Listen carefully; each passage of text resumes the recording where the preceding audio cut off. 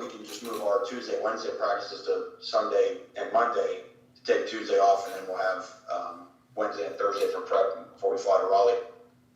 Okay, so you can't, as a coach, can you do anything that day football related, or it's not really has nothing to do with you guys as coaches? You need to planning and all that meeting. Oh yeah, Good. we can come to work because I would imagine most of our staff will have already voted. I'll have already voted by election day. So yeah, we'll just come in and be able to do what we normally do in terms of our prep after our Wednesday practice.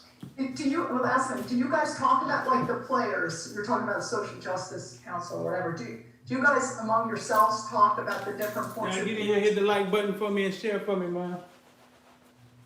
I'm sorry, finish your thought there. No, I'm wondering if you guys get together and actually talk, the players and coaches, just about the different options for voting, the candidates, and just points of view and stuff.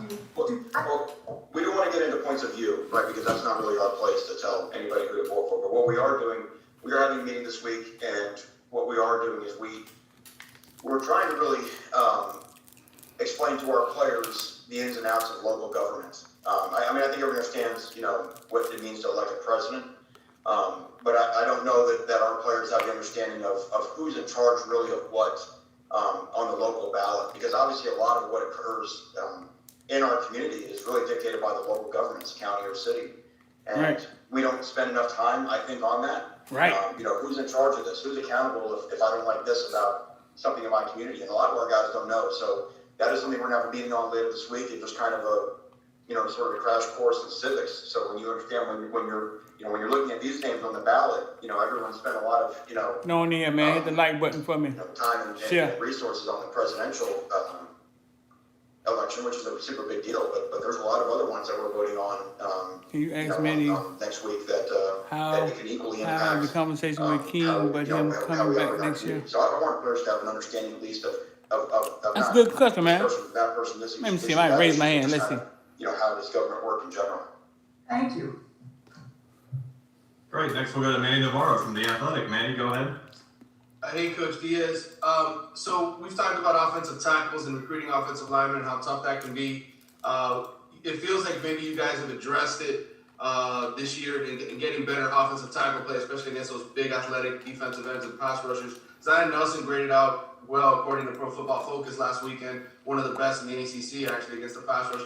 Just curious how you see that position sort of at the midway point of this season, because in the past I know that's been an issue for you guys trying to find those offensive tackles who are good. Now get in here, man. Hit the like button and share for us. Yeah, you're exactly right. We do think Zion has really developed and played well. John Campbell, has been able to take some snaps, and play for us. Where you feel like you've got more than one or even more than two tackles that can compete in the ACC. Obviously, Jared Williams, adding him to our right side, I think just sort of calmed some things down and solidified the tackle position. And to your point, I think it has been better this year. We didn't play great on the right side on Saturday, but that's been sort of the outlier. It was true. After Virginia, I'm concerned about NC State, Virginia Tech, and especially North Carolina. It's the ACC, man. You should stay concerned. And every year to try to keep stacked recruiting classes to create competition and improve our roster. If you have questions, you have many. Great. Next, we'll go to David Fuentes from the Sun Sentinel. David, go ahead. Hey, Coach. You mentioned this morning how many changes you had to make on special teams units with players unavailable. Maybe not as much on offense and defense with so much freshmen, although there are some that play. But I wondered if you could take me through some of those changes. Obviously, we see Xavier Restrepo has been taking in punts, but on those other units, just where guys lined up. I think you mentioned Don Mamorelli. Any other guys that stood out to you? Well, yeah, obviously, Gervin Hall's got to go when Gervin becomes our punt returner, and then Gervin injures his ankle in the first half, so now you're really, Pope goes in there and catches the punt, and Gervin, I mentioned this Gervin play. What's going on, Ray? In the second half of the game, his effort on defense and on special teams. But, it's just, there's guys on kickoff return. I think Dante Johnson, went in there and played some tackle for us on kickoff return. There was a lot of moving pieces, and it's not just the starters; it's your backups, because special teams, during the course of the game, you might Lastly, we looked at bit Rickish. some of the things going on, and Lastly, so be not looking your Rickish. first keep, but your second keep, and so there was some gymnastics with that on Saturday for sure. And then obviously we lost Mike some depth. Mike Harley We lost some named depth at wide our receiver. We receiver, lost some the depth in ACC our receiver of the secondary. week. And when we lose Amari in the first play of the game, that's why I mentioned after the game, Gilbert Frierson just jumping back and playing safety, and we were kind of drawing things up, in the dirt. And Gilbert's smart enough that he was able to handle that and do that and give us a series and limit some of the snaps on Gerben, so we can see the day out. And I also just wanted to ask, as a clarification on a general COVID-related unavailability. You can be unavailable whether it's because of a positive test or just because of contact tracing, correct? If you were in close contact with someone, and then how long are those? Do they range from 5 to 14 days? Is that right? Depending on the type of contact you were in with a positive case? The range is 10 to 14 days. But then into your question, yes, you can be on the list for both reasons. Thank you. And all that's the ACC rule. That's written in the literature. It's all available to everybody. Next up, we've got Tom D'Angelo from the Palm Beach Post. Tom, go ahead. Come on, man. Y'all got some questions? Y'all got some questions for Manny? Give me some questions, man. A couple of quick things on this right now. First of all, do you know if you had 100% registration? Is that even possible? I don't know if that's. Oh yeah, we were 100% back in July. Okay, I thought so. Man, you've been around you've been coaching for a while and been around a lot of elections around kids. This year, it's just a different time. Kids are so much more aware. It seems like you guys are everybody's doing this. What does that say about these kids now and their awareness and how different is it now from when you started around these elections? It just seems that it's just a different level for these kids being aware of what's going on. Well, obviously 2020 has been a year unlike any other. Not just with the coronavirus, but with everything else. About accountability, we got a dude with the C on his chest getting kicked out of every game. I don't think this is just our student athletes. I think this is just sort of everybody in society. Social media has become, we've seen there's amazing documentaries on this. How social media has become militarized and politicized on both sides. Jamal Carter is a captain, huh? He is a captain, social huh? media realm. So it's hard to be in that environment and not be exposed to political viewpoints. And generally speaking, whoever you follow or whatever you like, you're going to see more and more of your political viewpoints to whichever side that you agree with. And there's some good in that, and there's certainly some inherent bad in that, but it is hard to ignore. So I do think that this generation, not just, certainly my generation, your generation, but there's no doubt that if you're at the age of this is your first election, you are probably have been bombarded with more political information through social media than and they've been exposed to more than we ever would have been. We had to be sitting in front of the TV when I was a kid just to see the political ads. And now they just, it's relentless. And so they have no choice but to not be in that arena. Okay. So real quick, there is a place on campus. These kids are able to have been voting early. Come on, let me get some Manny questions, man. Y'all got some questions y'all want to ask Manny? It's not necessarily on campus. We're no different than anybody else. We have all the early voting locations across Dade County. And they would just go there or vote by mail. Okay, I think it's because some places have them on campus, but thanks, appreciate it. Okay, got time for a couple more. We'll go to Donovan Campbell from WSVN. Donovan, go ahead. What's going on, Coach? How you doing? Good, Donovan. How are you doing? I'm doing well. First and foremost, how has the pandemic hurt or helped the recruiting process? And what's you guys' protocol for handling any sort of positive test that you guys occur, during the football season? The pandemic and recruiting, of course, it's had a massive effect of which we really won't be able to measure. Someone might need to ask him about sliding in the rain after we look like the bottom of my shoe against a bad UVA team. Do anybody know who Cam? Stacy, when did Cam say somebody tried him? Evaluate prospects at their game. Did Cam ever get back in the game? There's a lot of in-person connection that's been lost in that. That's been an issue for the senior class for sure, but a major issue for the 2022 class. That class of juniors right now. some of them, there was no spring football, there was no camp series in the summer. So I think evaluation for that 2022 class will be unlike any other year. There's some really, really good players out there in that 22 class that no one knows anything about. There's some states that aren't even playing high school football, so it's very difficult to tell. The impacts are going to be immense. Now, I do remember, it wasn't very long ago that most evaluation occurred in the senior year of the high school, athlete's sort of career. And now it's been pushed up earlier and earlier and earlier, and it may have to pivot back a little bit to trusting your evaluation on film senior year. We obviously, there's some schools here in Dade County that are playing 3 games and then the playoffs. So it's a super small sample size. So it's not just the seniors, it's those young ones that have a chance to be discovered and be found, that you're not, that they may be a little bit more hidden early on. And that's why, the recruiting rankings are always, subject to all kinds of discussion. But now on these young classes, it's going to be very, very difficult to know, who really the best players are until it plays out. And then second part of your question, when you get a positive test, we're just in line with our university policy. Those players are quarantined away from the rest of the team, the rest of the student body, and it's no different than it would be if it was, someone else here to major in business or any other, UM student. We're right in line with Dr. Frank's policy on any positive test we have. Okay, we'll wrap up with David Wilson from the Herald. David, go ahead.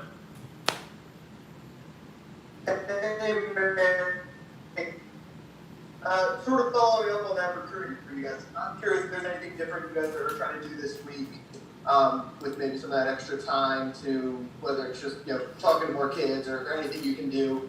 And then I know you have at least one person, one coach one person on staff with a kid who plays, in a pretty big high school down here in South Florida. Is he able to go out and watch games, and can you get anything extra out of that from maybe having at least one person there in person sometimes? If you have a son at a school, I've been fortunate to be able to watch my son play. If you have a son at a school, you're allowed to go watch your son play. I think what will happen this week is we have a chance to dive into some film. There hasn't been any film to evaluate. If you're recruiting a South Florida prospect, a couple of the private schools started earlier, but most public schools just played their first game last Friday. So there's not a lot to watch. And we make a big deal about making sure that we watch what they do on the field and not pay attention, to rankings and stars and just those type of things. Combine performances. We want to see how you play football, and we've not seen a lot of football, nor has anyone else. So, so we will sit down, not just in the 21 class, the seniors, and see how those guys are performing, but we will. Cam 20 carries, 30 yards last 2 games. Dog, listen, they stacking the box. Okay, what do you guys think? They stacking the box. They're forcing our wide receivers to beat them. That's what I see. You know what I'm saying? I think they're forcing our wide receivers to beat them. I don't know. I'm not sure if that's on Cam. One AA prospects. But why did he? There's 2 prospects. It's a big deal. Great, thanks, Coach. Thank you, everybody. Just a reminder that Rhett Lashley and Blake Baker will be on a separate Zoom call starting at 1:30. Well, you can't really say the younger guys are stepping up because none of them was more productive than Cam. So at what point did any one of them show that they could do a better job than Cam? Maybe I missed that game. What game was that? Maybe I missed that game. Yep. Dunmore was the 4-star wide receiver. I know exactly who Dunmore is. I'm going to see if I can get some information on him. I know exactly who Dunmore is. And boy, we could use him.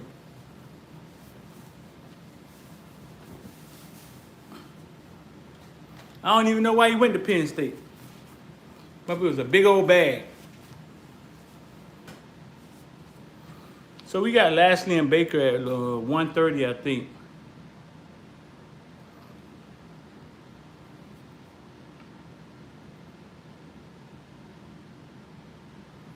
People stack the box on UGA and they still get yards.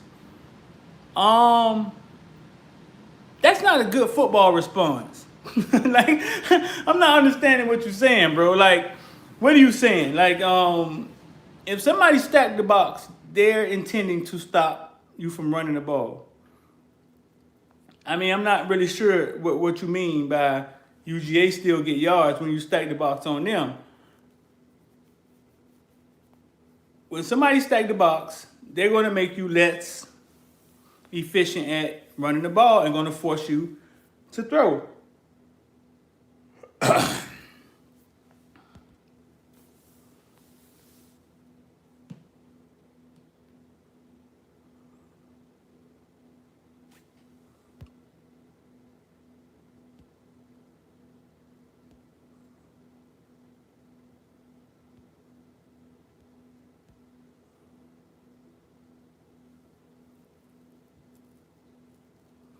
Cam said people try him after the game. He said what he said on Twitter?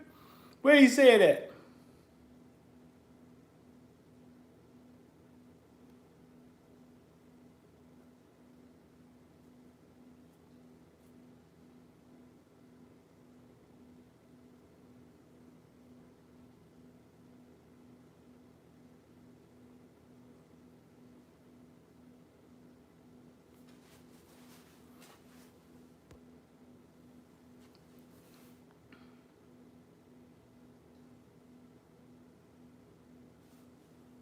He said on Twitter.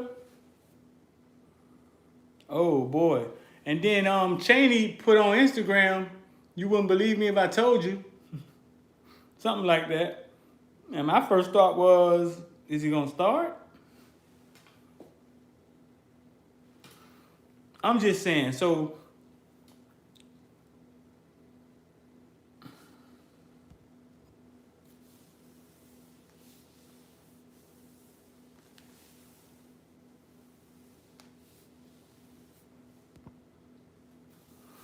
I don't know if the numbers are really tight, Martin, because we're not sure what they're going to do with the roster numbers next year. Because think about it, they're telling kids that they can come back. You got a recruiting class coming in. They're going to have to do something. FIU, man, listen, that's weird for y'all to say Cheney should start. Like, dog, we've seen Cam perform under the lights. I'm trying to understand, like, I understand Cheney is a talent, but I'm trying to understand what have you seen in Cheney to say, hey, he should start? She'll say Cam must start. It's like the grass is greener argument. You know what I'm saying? Like, you've seen Cam. Cam even played well this season. Played well this season. I think our offensive line is a problem. I think the offensive line, the blocking scheme. He said every week Manny fans want a new freshman to start. He called them Manny fans.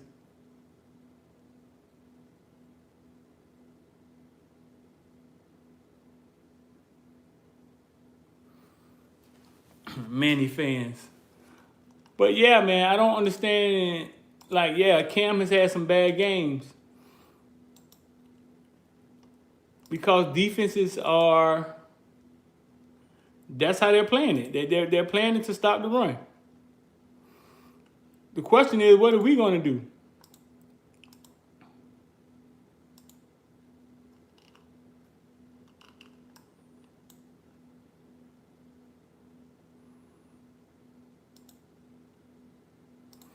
Lovely day.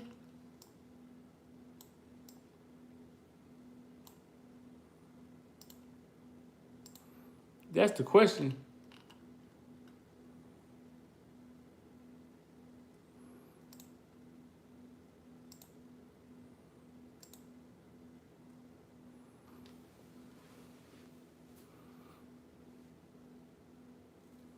The Miami Knights 2.0,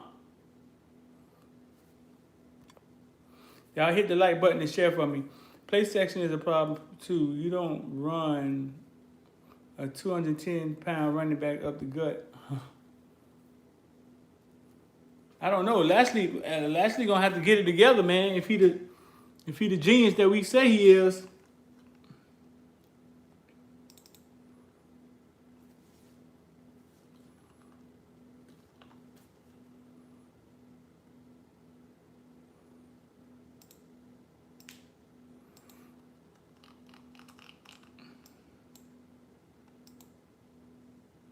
Yeah, he definitely gonna have to pull it together.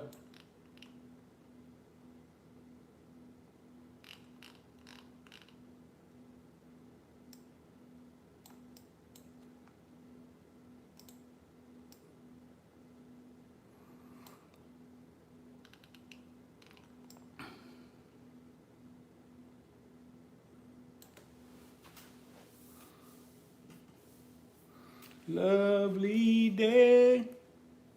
So yeah, man, I think we waiting on Baker and Lashley. I love Lashley press conferences, man. He's so raw. We got Lashley at 1:30. Y'all make sure y'all go check out the Caneville show we just dropped. National Baby Mama Suck Day. We just dropped it. We also went to interview Romello Brinson the other day. Romello had a big game Friday night, man. Listen, the kid is a straight baller, bro. Like, the kid is a straight baller. He's focused. He's mature.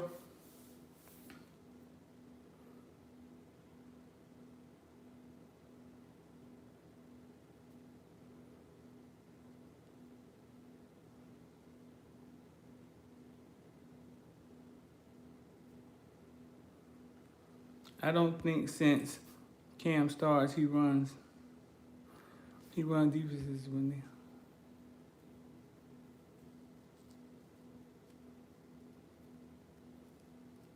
Cal say listening to the coaches make his stomach hurt.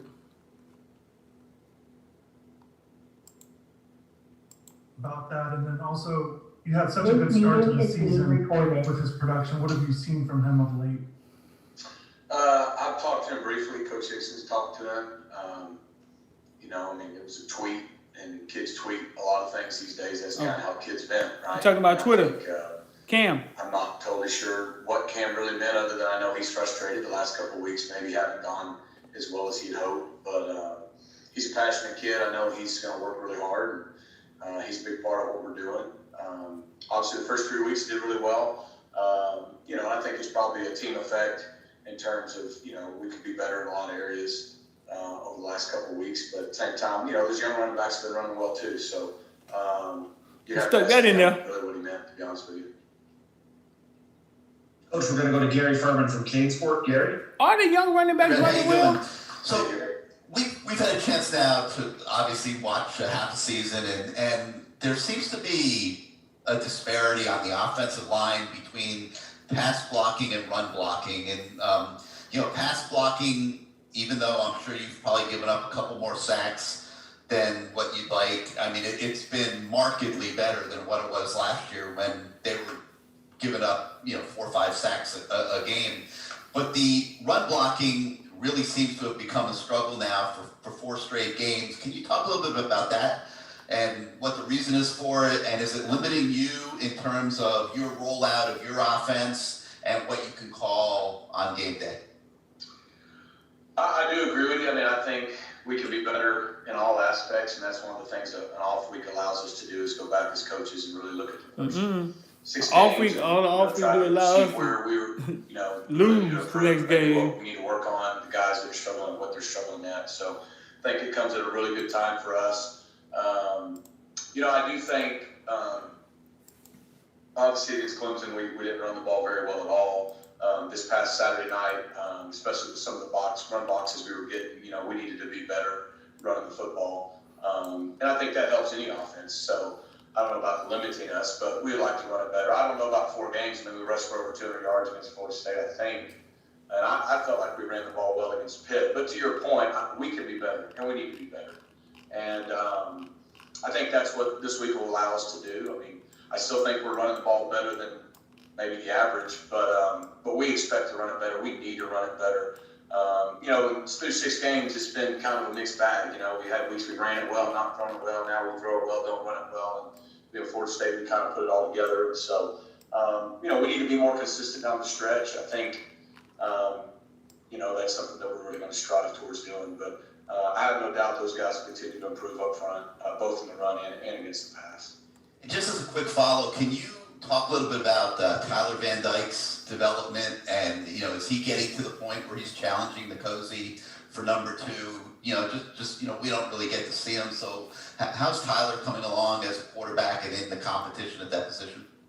Yeah, Tyler's coming along nicely. He's a guy that, I think it was a week or two ago, one of y'all asked me about him. I feel really good about where he's progressing as a true freshman. It's weird in season, you got your starter, you're not really having competitions at other places. And so I feel, as do our coaching staff, feel good that, both Nkosi and Tyler would give us an opportunity to win if they were called upon. So that's a nice situation to be in, where you don't feel like you've only got one guy or maybe two. Nkosi's played a lot of ball, and even though Tyler hadn't really done it because he's a true freshman, and I'm sure there would be growing pains, he's very mature for a freshman.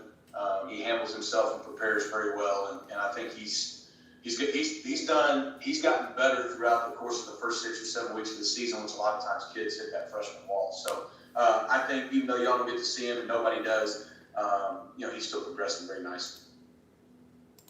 Coach, we've got Manny Navarro from The Athletic. Manny? Come on, y'all want to ask a question? I got a question for Lashley. Damn, I forgot about we. Devon Donaldson, Jalen Rivers. What's going on, John? Competition and getting guys to sort of compete maybe for some of those interior spots. Where's Devon in his comeback, and where's Jalen in his development? Devon, he's not clear. Kyle, you funny. Yet, so that's really not an option at the moment. But I think he's really improving and doing some really good things. Hopefully, maybe later this year, for sure next year, that'll be the case. And then, Jalen Rivers is kind of like Tyler Van Dyke. For a freshman, he's a guy that if he had to play, we feel like he could. And if he would get better each week, he's definitely, in the top 6, 7, 8 guys on that O-line, and a guy that gets a lot of reps each week. And, who knows what the last 5 to 6, 7 weeks of the season will hold. But he's a guy that I think, is a little, doesn't act like a true freshman. And I think his future is very bright. That's definitely, and like you saw, competition is always a big deal, and competition makes us all better. And so you're kind of always competing. You saw how that helped the receivers last week. So I think that's the same situation at every position still. And I know this might sound silly, but De'Aaron's he's leading the team in rushing attempts anyway. I don't know if that includes sacks or not, but just do you think he needs to run the ball better? Does he need to run the ball more? I only say that because of when you see them sort of run that read option with the running back, there's times where maybe if he held on to the ball and ran it himself, it'd be more effective. I guess I want to get your read on what you're seeing with how he's handling that. Yeah, I think part of the reason he has more rushes is, yes, sacks. Sadly, in college football, they count against your rushing total, not your passing total like they do in the NFL. So that always hurts your run total and counts as intent. And then, with him, he's good for 2 to 4 times a game on a drop back pass to just, kind of take off and do something like he normally does. He did it a few times the other night. So it's not like we're calling more quarterback runs than we are regular runs. Come on, y'all got a question for Lashley? We need coaching competition. We need a coaching competition. This year, not 100%, and then a couple times he has. And the zone read, to your point, is a unique situation because you kind of got to take what the defense gives you. And every defense we play is not stupid. They want him to handle the football.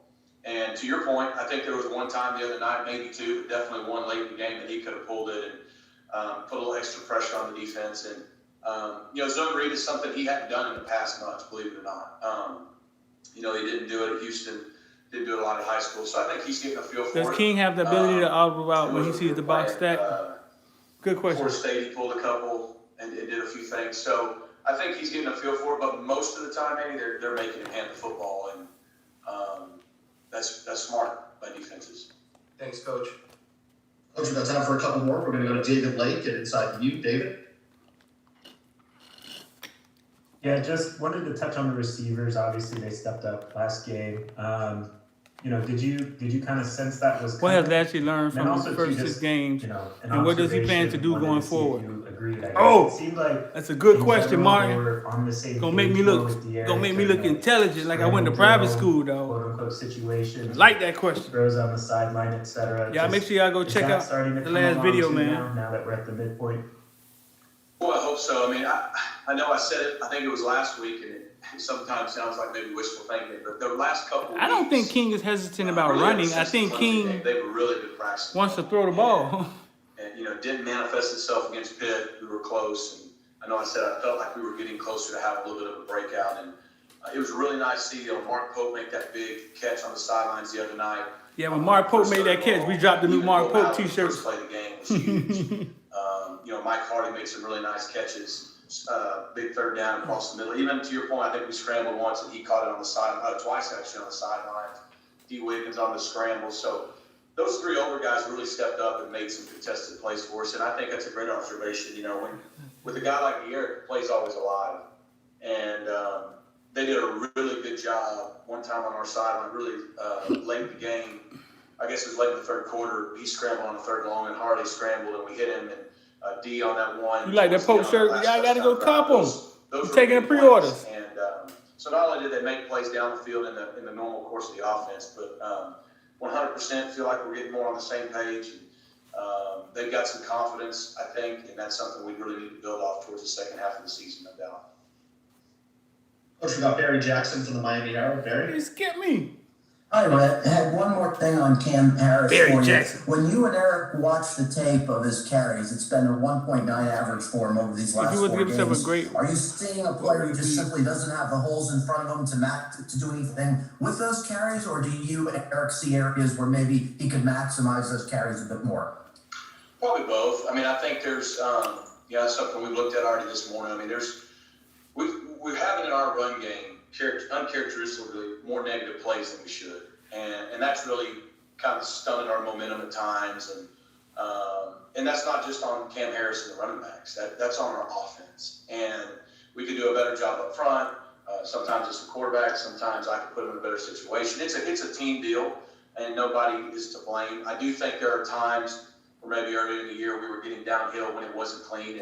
And sometimes it's like anything else, when you have a bad day at the office, it's no different than a hitter in baseball or anything. You kind of get in a slump and confidence wanes a little bit. I think the bye week came at a good time, but we saw some things we can clean up. I think that'll help everybody, and hopefully we can be more effective down the stretch. If we get the passing game going, that's going to hopefully open up the run game more. And then, like I said, we can just execute at a higher level. I know a lot of times when things aren't working to the level we want. Make sure I hit the like button and share for me. Player or it needs to be a different play. And sometimes that's the case. Sometimes we just all need to execute better, do our job better. And so I think that's something we can do, all of us. Coach, the last one for you is David Furones from the South Florida Sun Sentinel. David, go ahead for Coach Lashley. Hey, Coach, a couple of follow-ups on a couple of topics. Treat me like a stepchild, man. With the freshman running backs, compared to Cameron Harris, is there something they're doing better when they have their opportunities, the way you see them running football? I need a question for Blake Baker, man. Y'all got a question for Blake Baker? And the deep balls. How about your assessment of De'Aaron King throwing those deep balls as well? Yeah, I don't know if it's a comparison, I do think both of the young backs, we're 6 games in now, and they're very comfortable playing. I thought Jalen Knight did some really good stuff in pass protection the other night that maybe he wouldn't have done in the first 4 or 5 weeks of the season. That gives us confidence as coaches. Sometimes people say, he can run the ball, but there's a lot more to it than just running the football. That one drive, Don, Jay came in and, man, he was a load to get us down there inside the 2-yard line. And so those guys, they run hard, they run downhill, they break tackles, they run behind their pads. And I think the game's just slowing down for them. We kind of thought somewhere around 4 to 6 weeks into the season it would, and I think it is. And so that's encouraging for those guys moving forward. I think with regards to De'Aaron, I do think, to David's question, I think we're a little bit more on the same page, which gives him more confidence to give those guys opportunities even when it's not maybe wide open. And two, I think, again, I think you saw it against Pitt. He did a nice job of giving them chances even when it wasn't there. He's throwing with confidence. I thought he threw the ball really well the last 2 games. There's still some areas we could improve on with some decisions, but in terms of throwing the football, I think the last 2 weeks he's really From a completion percentage standpoint, obviously this week I think he was over 70%. And just giving those guys chances has made a big difference because they're making plays or in a couple instances getting pass interference calls. Ask Baker, does he have confidence in corner playing man to Coach, man? thanks for spending a few minutes with us today, and we'll be talking to you soon. Thanks, guys. Appreciate y'all. Have a good week.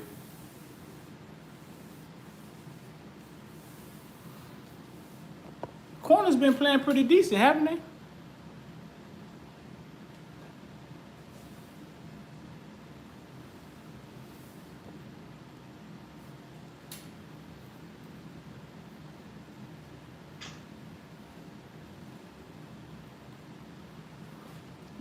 Ask him what happened on that play where Blaze left the guy open. The guy scored a touchdown, right?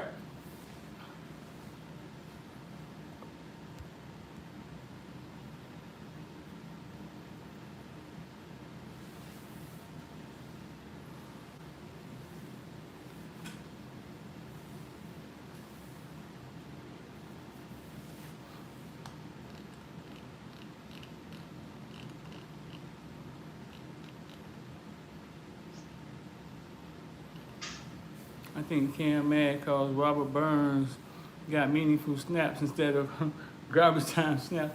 Why would he be mad about that? I don't think he's mad about that. When they took Cam out the game and they started running Chaney and Knighton, did they put Cam back in the game?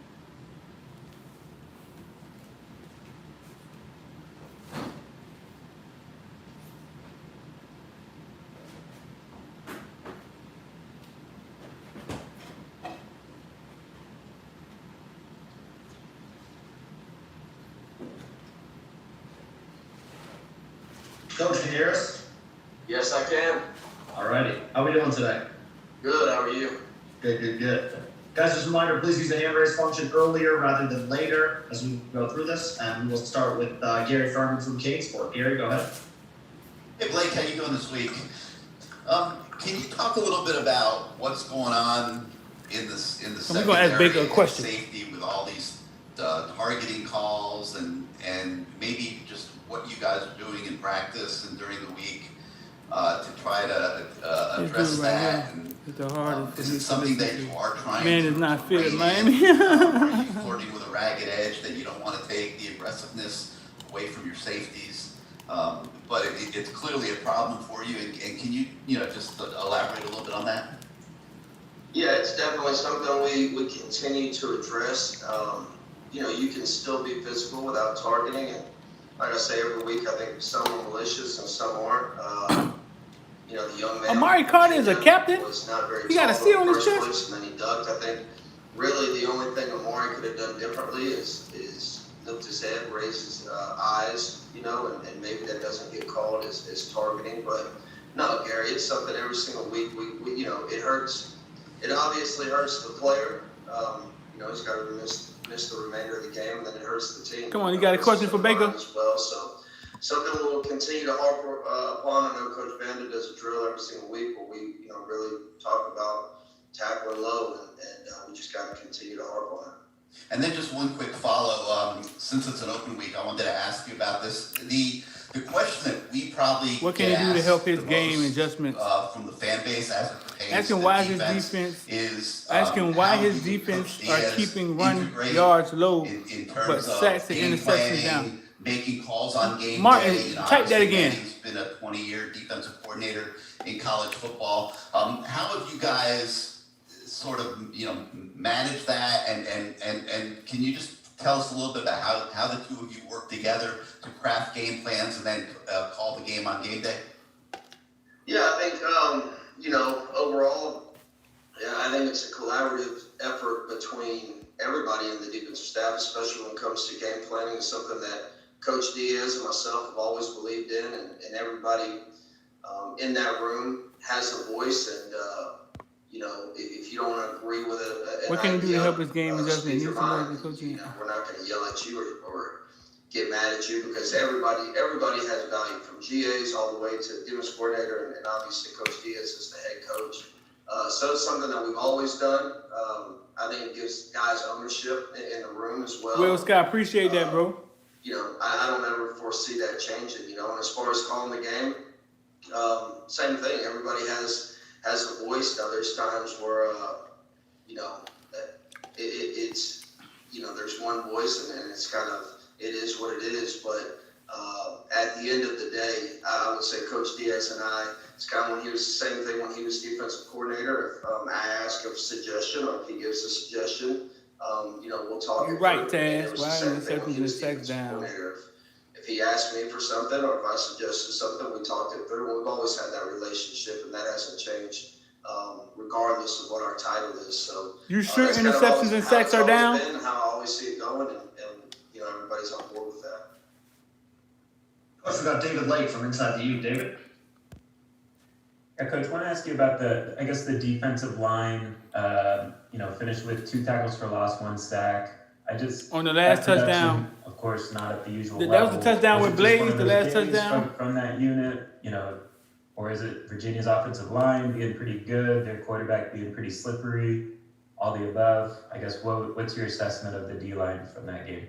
I think it was probably a combination of things. Virginia had a very unique game plan. I would say there was a lot of things that we necessarily hadn't seen on film to date that they maybe were doing. But there was also times, like you just mentioned, where they're in the backfield. I know we missed a couple opportunities to sack them, and so it's probably a combination of the two, but definitely not our standard, something that we pride ourselves on, game in, game out, something that we are not happy with at the end of the day, but still only allowed 14 points and won the ball game, and I'll take those 2 stats all day long over 10 tackles for losses and a loss on top of that. Coach, we got Manny Navarro from The Athletic. Manny? Hey, Coach, don't want to be that guy who's always harping on the negative, but I want to ask what happened on that touchdown, because you guys obviously been playing so great. Manny took our question. We need another question now. Manny took our question. Touchdown that I guess Al gave up. Was there just a confusion? Did he expect help? What kind of happened on that? Yeah, it was just a miscommunication. They were moving fast, and that's a good question. It's just a simple miscommunication. Did the loss of Amari Carter 2 guys restrict some of the aggression? Something that's very correctable. I could ask something like that. Obviously, it was not an ideal time, but proud of the way we responded. That was one of the things that I challenged them with after that play is overall, especially in the first half, I thought they had moved the ball well on us. Like I said, a lot of stuff that we necessarily haven't seen, but starting the second half up to that point, I really thought, I think we started the half with 2 3 and outs, and we're really starting to find our groove. And I told the guys, I said, man, we're still up. If we still don't allow any points moving forward, we still win the game. And I thought our guys did a great job responding even after that big play touchdown. And then as a quick follow, I know some stats, you guys are down a little bit, run defense in particular compared to last year, but feels like third down, it's really been a big key for you guys. You're even better than you were a year ago on third down in terms of percentages. What's been your, I guess, mid-season sort of aspect, looking, evaluating this team, where you've gotten better, maybe where you've taken a step back? Yeah, I think you hit the nail on the head. Third down outside of last Saturday. Once again, when you don't have a lot of tackles for losses, obviously you're not going to have a lot of third and long situations. The shorter they are to the first down marker, the higher percentage they have of making it. That's just common sense, right? So, overall, and it's something that we're studying heavily this week. I think we got to clean up some things on our rush defense, from defensive line to linebackers, really all 3 levels. But as we've started in on the tape, there's some things that, when you're sitting there game week in, week out, there's some things maybe that you don't necessarily notice, but now you step back and look at it from 30,000 feet away. There's some glaring things that really need to get cleaned up in the second half of the season in the run game, in my opinion. And then our third down defense is something that kind of was an Achilles heel at some point. Last year was a big off-season study for us, and I think our kids have done a really, really nice job. I think there's a ton of pride. It's something that we challenge them with in the off-season and obviously moving forward into the year. And I think they've answered the bell as far as third down. But, yeah, we need to clean up some rush defense for sure. Thank you, Coach. Coach, we got Chris Stock from Inside the U. Chris? Mike, I know you've spoken about the impact of Bubba Bolden this season, but again, now we're sitting at 6 games. Just overall, his performance, the impact he's made, and your thoughts on his play, and then also his future just for the second half of the season, but also moving forward as he continues to play more and get better. Yeah, I think Bubba has had a really good season so far. He's so instinctive. He makes a lot of plays. But truth be told, I think Bubba can get a lot better. And I know maybe sometimes from a fan's perspective, that's not a popular opinion, but I think if you ask him that Bubba question, can get he'll tell you better. the same thing. Oh man, Amari Naturally, Carter is he in has kindergarten a or great feel for the something. game, the play he made in the end zone on the little pop pass to break up the pass on the tight end was, I mean, there's no amount of coaching that we could have coached that play a million times in practice, and I'm not sure a lot of guys could have made that play. He really just did it on his own, something else that we hadn't seen. So he has a great feel for the game. I think he can still clean up his eye discipline and his technique from time to time, but the future is very bright for Bubba Bolden. His leadership, his intangibles off the field, his tangibles on the field, he's really the complete package. And like I said, I really believe he's got a lot of room to get better and become a premier safety in all in the entire country, quite frankly. Coach, we've got time for a couple more. We're going to go to David Furnace from the Sun Sentinel. David. Hey, Coach, I wanted to ask about a couple of players that got in there. Jalen Harrell, his Why is he reaction, lying? Why he continue to give up big plays on third down? Chaos, you crazy. Sean, what's going on, bro? What adjustments are currently being done on evaluation to help Carter with targeting? That's a good question, Sean. To give you some snaps at safety, and how prepared was he before all this, before game day, to be able to fill in a spot like that, and just how quickly he could go in there and fill that role. Yeah, I think Jalen, to answer your first part of your question, Jalen Harrell is a confident young man. The one thing about Jalen that we do know 100% for sure is he will come downhill and he will tackle. He's physical at the point of attack. I think he got in on a tackle, maybe two. But our young guys are really coming along, and it's something that, truth be told, we didn't foresee that maybe happening going into the game, especially so early in the game. But I really thought he did a great job when his number was called. Layman Steed, same thing. I thought he played. He has really good instincts once again coming off that injury, but he played really well. Had a tackle for loss, but did some good things for us. I don't remember his total snap count, but for the amount of time, I thought he came in and did a nice job for us. And then Gilbert, man, he's just a student of the game. He sits in meetings, and obviously he's paying attention to everything. But how prepared are we as a staff to put him in there? I mean, I've been here going on 2 years, and he's played absolutely 0 snaps at safety for us. So, it's a credit to him. And he came up to us at halftime and said, "Coach, I can do it." And he's smart, man. The dude knows everything about everybody on the defense, what their job is supposed to be. Y'all would have never thought that about Gilbert, huh? Y'all see him on them pictures like. It's pretty impressive, and for him to go in there and be able to give us. Y'all don't usually hear them call people like that smart, huh? And it's something that moving forward we have confidence on. We can lean on probably a little bit more. But that man's smart. Anytime you have a guy like that when he says it, you believe it, and when he says, "Coach, I know safety, I can go in there," there wasn't any doubt in our mind from a defensive staff standpoint that he could go in there and do it. So, really proud of the way he stepped up for us, for sure. Coach, last one for you. Barry Jackson from the Miami Herald. Barry, go ahead for Coach Baker. All right, Coach. I was going to ask you about the two defensive end Williams. Your two They freshmen. shitting on me, man. So not Cameron, but talking about Chance and Quinn and what you've seen from them. And I was curious with Jalen Harrell, why the decision on the staff's part to make him safety as opposed to striker or corner? Are his skills just, you think, better suited for safety? That's a good question. I think overall, when you look at who has played striker for us, and even when I was at Louisiana Tech, kind of the same thing, it always ends up being a safety that spins down into that position. So, that's something down the road that might be a possibility for Jalen. But when you look at total depth of this year going into the season, we felt Jalen was better suited to help us as a defense in that role when you talk about Gilbert and Keontre and Avery Huff's gotten some snaps over there as well. So I feel really, really good in that position, but we might be sitting here in 3 weeks talking about Jalen Harrell as striker, right? The way this season's going. So that's a good question. It could happen. It's something that is to be determined, but right now we feel really good about that striker room and the depth standpoint we have there. And then what was your other question?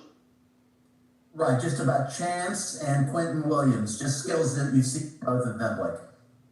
Chance is, man, he's very, very technique sound. You can tell he was extremely well coached in high school. Smart young man. Bigger than really I anticipated him probably being at such a young age. I want to say I think he's maybe 260 pounds right now and can still run like a deer. So, this is an opportunity. I think this bye week, and we'll see how practice ends up going. But this is an opportunity. I think he could really press for playing time in the second half of the season as we move forward. Quentin Williams has done some really good things. We've actually worked him a little bit inside and outside as well. So he's a guy that has kind of bounced around for us. But you can see how physical he is. Extremely heavy-handed. But really impressed with those guys. Like I said, they're both young. But our young guys, man, they keep, it's behind the scenes, obviously, nobody being at practice or anything, but our young guys are stepping up in a big way. And as we continue to self-scout ourselves over this bye week and moving forward, I think you'll see more and more young guys play for us. Really, really encouraged by our freshman class, man. They're blue collar, they come to work every day, don't say much, quiet group, but Listen, make sure I hit the like button for me and share. Really happy. Hey, listen up. Blake, thanks for spending a few minutes with us today, and I'm sure we'll be talking to you soon. Have a good rest of the week. Appreciate it. Have a good one. YouTube notifications. Make sure y'all turn on your YouTube notifications.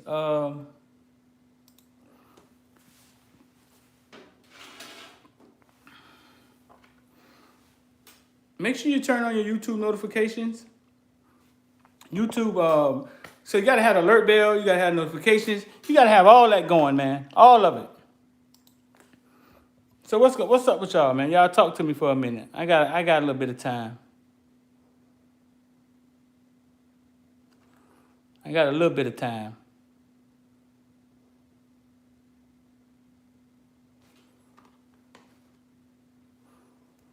Woo! I'm here dealing with this Forex. Any of y'all anybody on here trade Forex?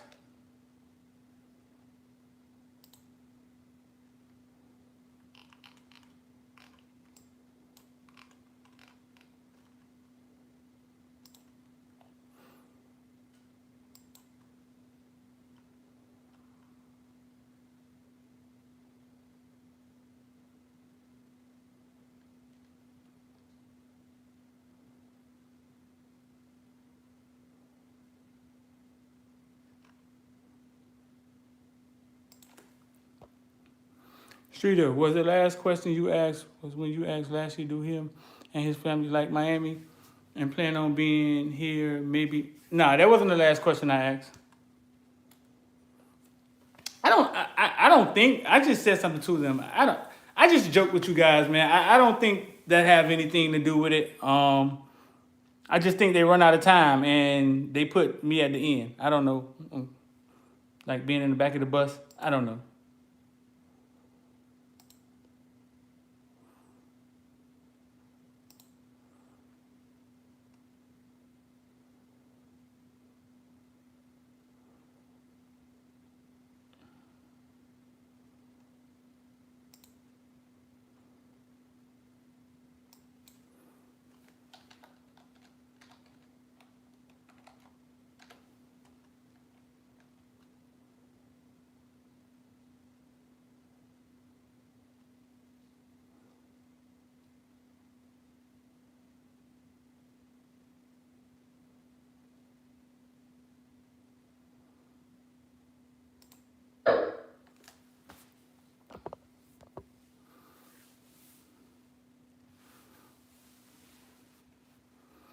Are you the only black reporter? Donovan Campbell from Channel 7 comes every now and then, and there's some Am I the only black reporter? I know I'm the only black-owned company, other than these guys that come from West Palm.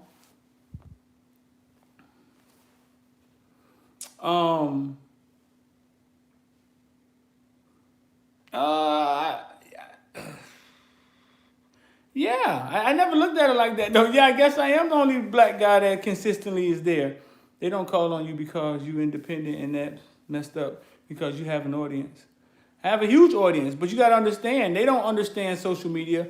We're like 5-10 years out from people really understanding what social media is. And by then, it's going to be too late. I mean, that's fine. I fought my way to get to this point. It took a while. It took a while to get them to respect. I had to go cover games on the road and still sometimes. But they see it. I mean, they see the content. They see what's going on.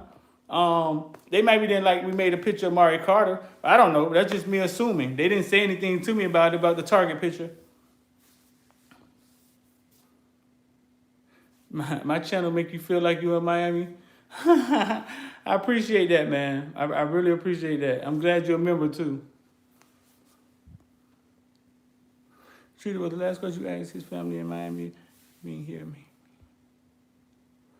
I don't think they had a problem with that question. I think they liked that question. When I asked Lashley, was he his family like in Miami? Lashley smiled. I think they liked that question. I don't think they have a problem with that question. He said I'm in timeout.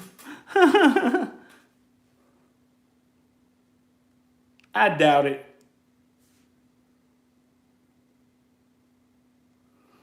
I can kind of blame myself because I'm like never one of the ones to raise my hand first. I always raise my hand a little later. So I'm at the end of the line. You know what I'm saying? So now if I was first to raise my hand and then they skipping me, now that's different. They need to link up with me to help with recruiting. I don't think they see things that way.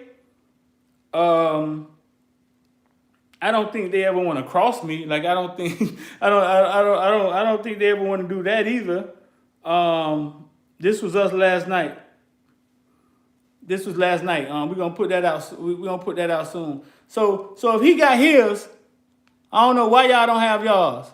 Y'all know who that is? Y'all know who that is? So if he got his, why y'all ain't got one? Listen, man, young man balled out Friday night, man. We getting a good one in Romello Brinson. He showed a lot Friday night.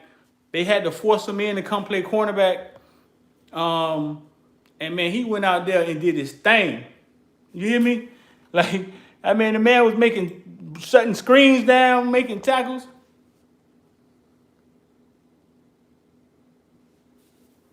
Manny understands, is it anything your followers can do to make them recognize you more?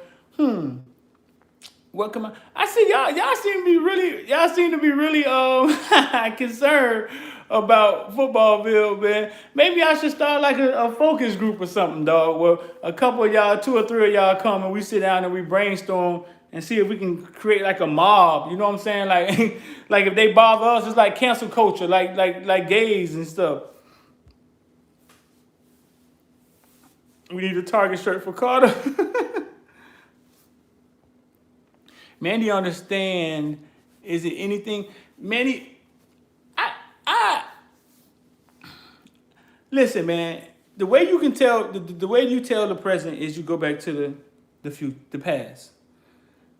I understood it 5 years ago when I stepped on a football sideline with a cell phone because I wanted to go to Twitter and Instagram right then, that it was a conflict of interest and people were going to say, you can't have a cell phone on the sideline because that was the unwritten rule in football. Like, why would you have a cell phone on the sideline? You're cheating. But I knew that eventually, one day, everybody was going to have a cell phone on the sideline because where we were going.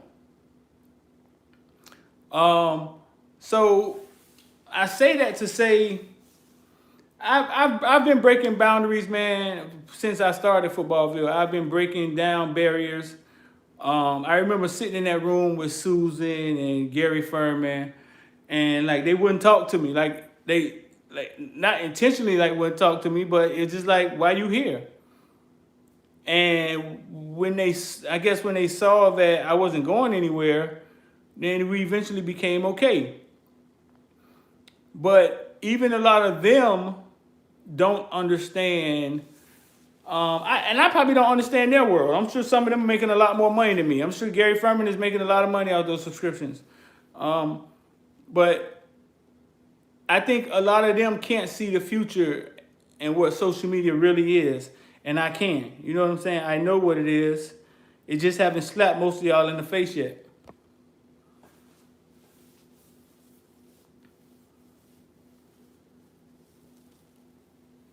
Sean, you say you can contact the AD office. What would you contact the AD office and say, Sean? If I ever need you, Sean, send me a text right now. I'll let you know. 786-405-9499. I mean, I think everybody who buys a season ticket is a donor, though. I mean, but if you're saying like you're like a donor, I mean, you're saying you're like got my name on the side of a street sign donor or a street name on me donor, or you like a season ticket holder. I appreciate that too, Sean. Red look happy with that question, almost professional. Yes, anytime I have ever asked a question like that, I used to ask the linebackers questions like that all the time. I remember one time I asked Allen Hearns, hey man, you been following Carol City? You think y'all gonna win state this year? And it's on YouTube, and he lit up. He started smiling because they come there to get those same rigid questions from the same guys, and it's boring for them. So when they hear something different, it is refreshing. But a lot of the reporters can't do anything different because the way they have to do their job, if that makes sense.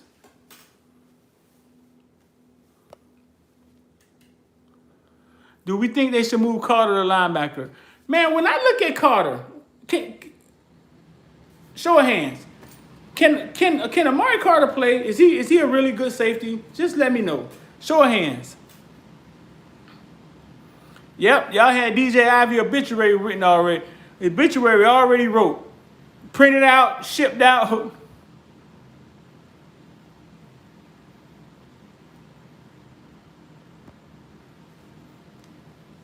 He's too slow. Absolutely not. He okay. See, and that's what I'm saying. I think the coaches really like him, but the jury is out on him, and can he really play? You know what I'm saying? So we're saying that, like, why are we moving him to linebacker?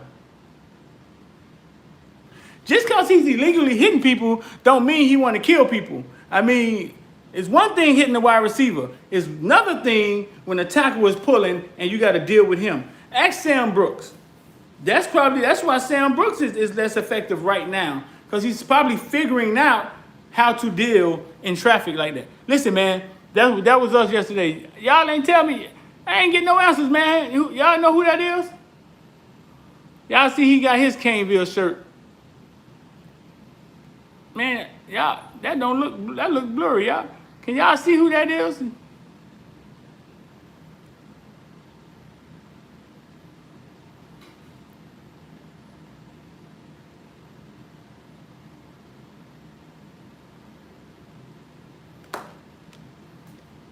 Right. So we spent some time with Brinson yesterday, man. The young man balled out Friday, dog.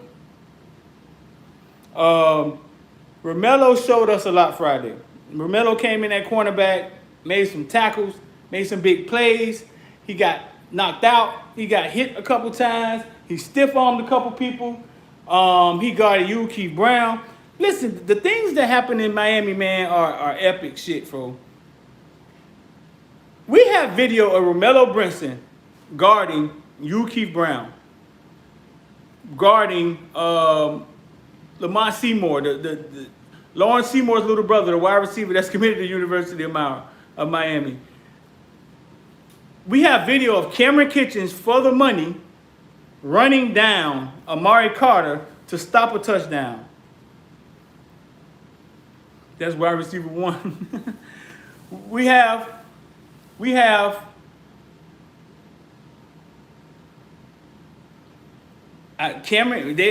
Cameron Kitchen played well. Burns got hurt. Ja'Cory Hammond got hurt. He's going to Pittsburgh now though. Burns came back in the game though. He came back in the game. Cameron Kitchens got an interception. Cameron Kitchens ran Amari Carter down in the fourth quarter to stop a touchdown, and they were down by 7. And I don't understand how Amari Daniels get caught in that instant. You know what I'm saying? You can't get caught for the money.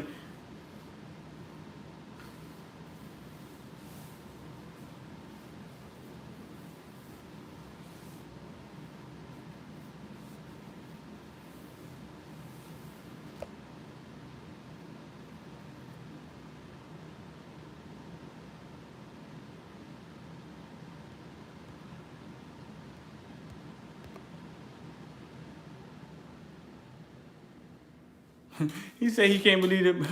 They're asking questions about politics. Susan might as well say, Coach, are you telling the kids to vote for Trump or not? She might as well.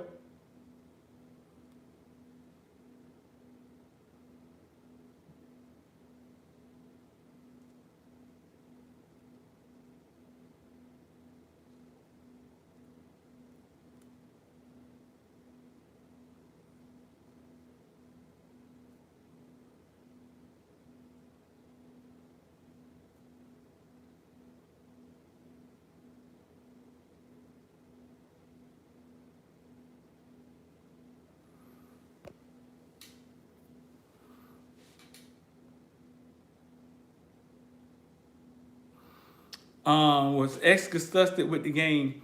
We just posted. Listen, man, y'all go check out the last post. We just posted Caneville Part 1, and plus the members got to see behind the scene. But yeah, you got to be a member to see behind the scene. Don, you ain't came a member yet, man. Don, what's your cash out, man? I'm gonna send you $18 to become a member, Don, man.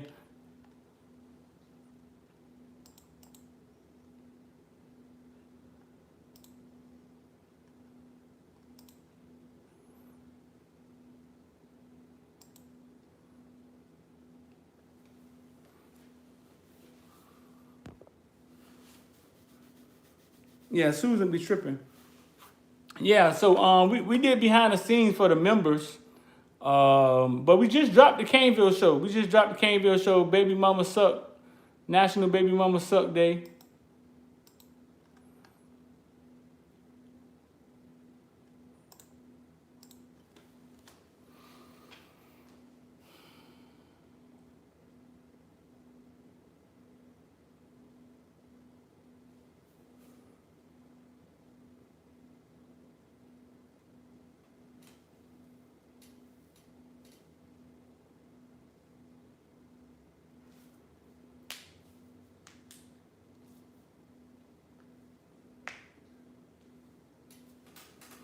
Lovely day.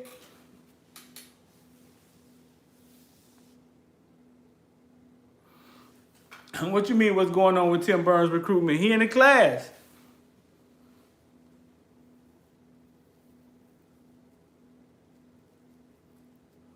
Do I think the Northwestern tight end can make a transition to defense? Could make a transition to defense. Boy, his mentality on defense side of the ball. Yeah, I think he could play. I think he could make a transition if he had to. I also think he sees Brevin Jordan having a bunch of success, and he probably wants some of that too.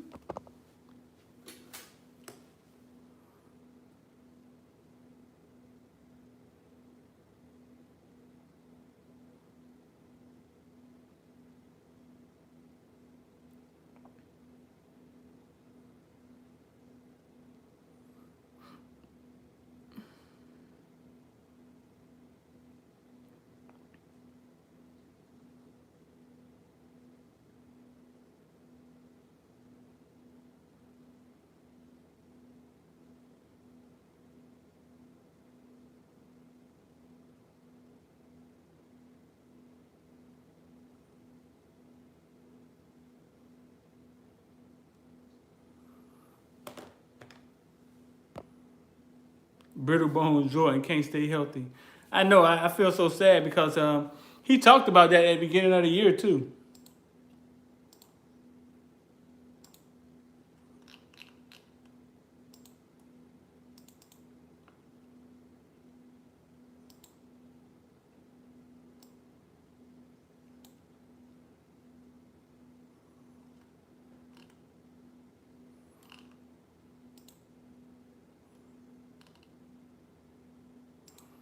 He called the man Brittle Bones Jones.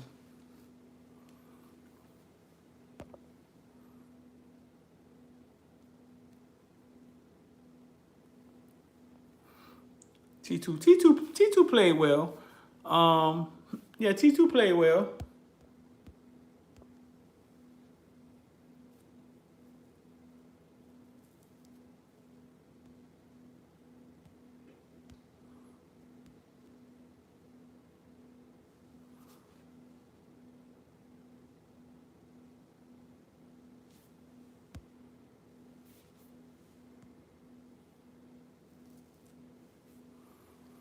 Don, you sent that cash out, huh?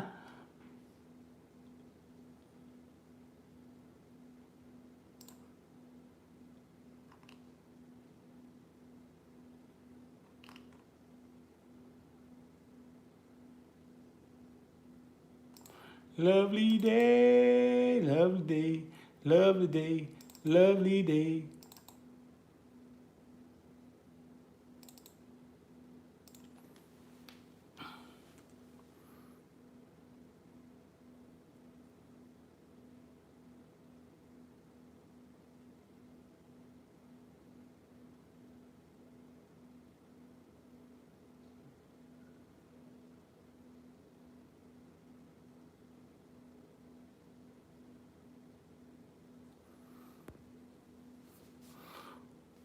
Who's my favorite high school player?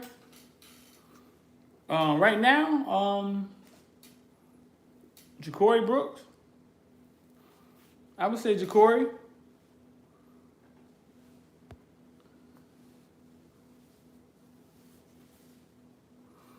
Amari Carter will be benched. Amari Carter, captain, how they gonna bench him? I think they're going really, really slow on T2, man. I don't know.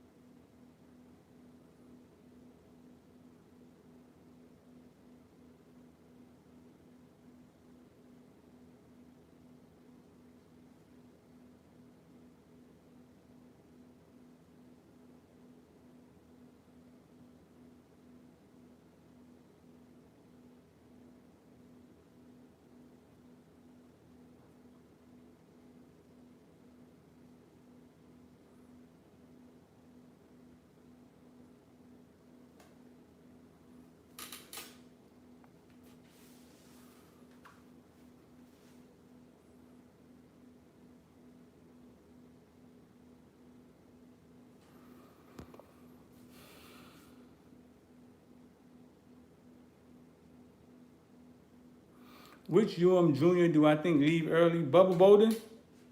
Is Bubba Bolden?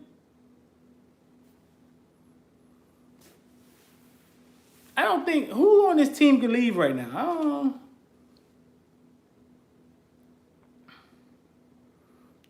Jalen Phillips got to come back?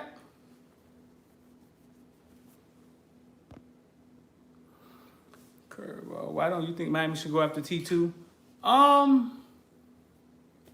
I think they're watching T2, man. Like some of the off the field stuff. They're trying to make sure he's mature enough.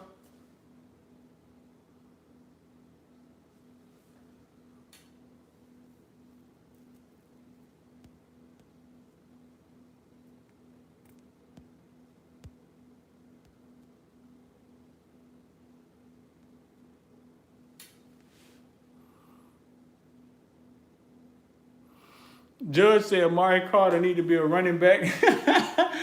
That's why he can target all he want. Dog, that is funny on so many different levels, dog. Cause offensive players do get to target. They get to drop their helmet. They get to do all type of crazy shit.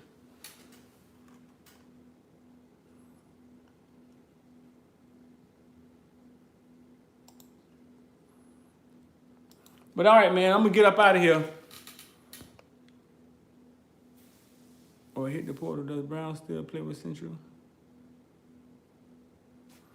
Y'all trying to move Carter all over the defense. Striker, linebacker, nose guard. Man, do you see the look in his eyes after he make those target plays?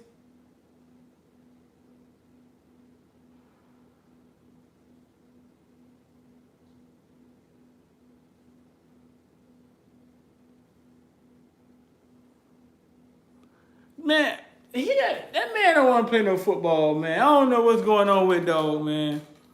Yeah, he look a little aloof. He look a little like that man don't want to play football, man. I don't see it.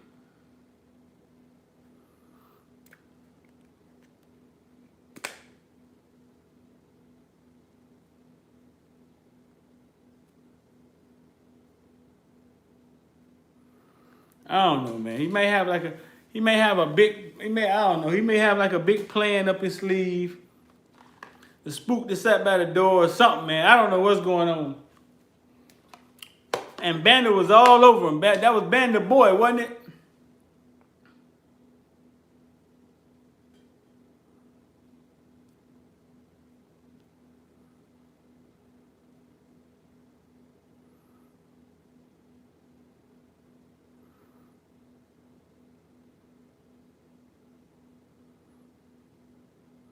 But all right, man, I'm going to get out of here, man. Y'all stay locked in. Holla at your boy. Make sure y'all turn the YouTube notifications on. And go check out Caneville. We just dropped it about an hour ago. A funny one. We got 3 more coming. We were supposed to have T2 on the show, man. The man ain't wake up, man. The man phone just kept going to voicemail. So we probably get him next week.